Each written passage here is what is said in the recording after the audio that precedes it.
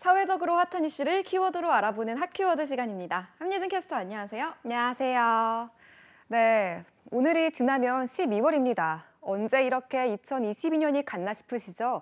연말이 다가오면서 부쩍 챙겨야 할 모임도 많아지고요. 약속이 많아지다 보니 밤늦게 귀가하게 돼 택시를 이용할 일도 많아지는데요. 12월부터 확 달라지는 게 있죠. 바로 택시 요금입니다. 밤 10시 이후에 택시를 타면 평소보다 요금을 더 내야 하는데요. 핫키워드에서 짚어보겠습니다.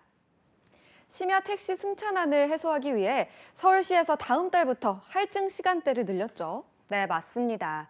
12월부터 심야 할증 시간과 할증률이 조정됩니다. 먼저 중형 택시의 경우 현재 자정부터 다음 날 오전 4시까지인 심야 할증 시간이 오후 10시부터 다음 날 오전 4시까지로 2시간 늘어납니다.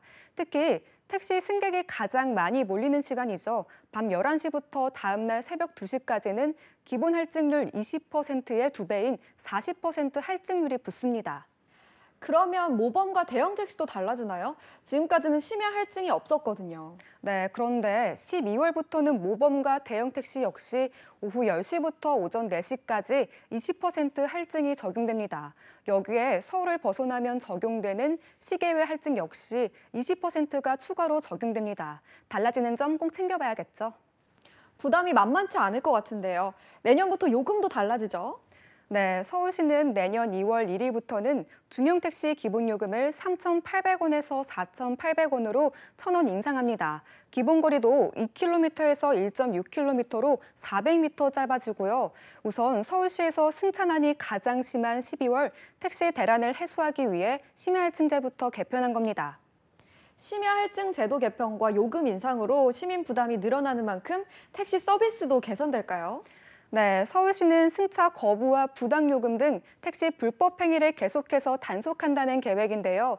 연말까지 강남과 서울역 등 20곳에서 집중적으로 이뤄집니다. 택시 이용이 늘어나는 연말 연시인 만큼 승객 골라 태우기와 단거리 호출 취소 등을 막으려는 조치도 이뤄지고요. 이를 위해 단속 인원도 5배 가까이 늘렸습니다. 이번 서울시의 조치는 근본적으로 택시 공급을 늘리기 위해 이루어진 조치인데요. 이 외에 또 어떤 대책이 함께 이루어지고 있나요?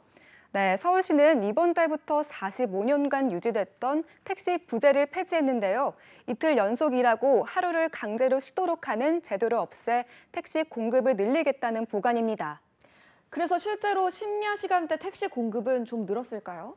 네, 아직은 서울에서 실질적인 공급 확대로 이어지고 있지 못한다는 평가가 나옵니다. 우선 조치가 해제된 지난 10일부터 5일간 개인 택시를 대상으로 조사를 해봤더니 하루 평균 3만 4천 대에서 3만 7천 대가 운행한 것으로 나타났는데요. 부재 해제 전보다 하루 약 4,100대가 늘었는데 심야 택시만 놓고 보면 하루 평균 500여 대 늘어나는데 그친 것으로 조사됐습니다. 네, 다시 말하면 심야보다는 낮 시간대에 운행이 는 거군요. 네, 맞습니다.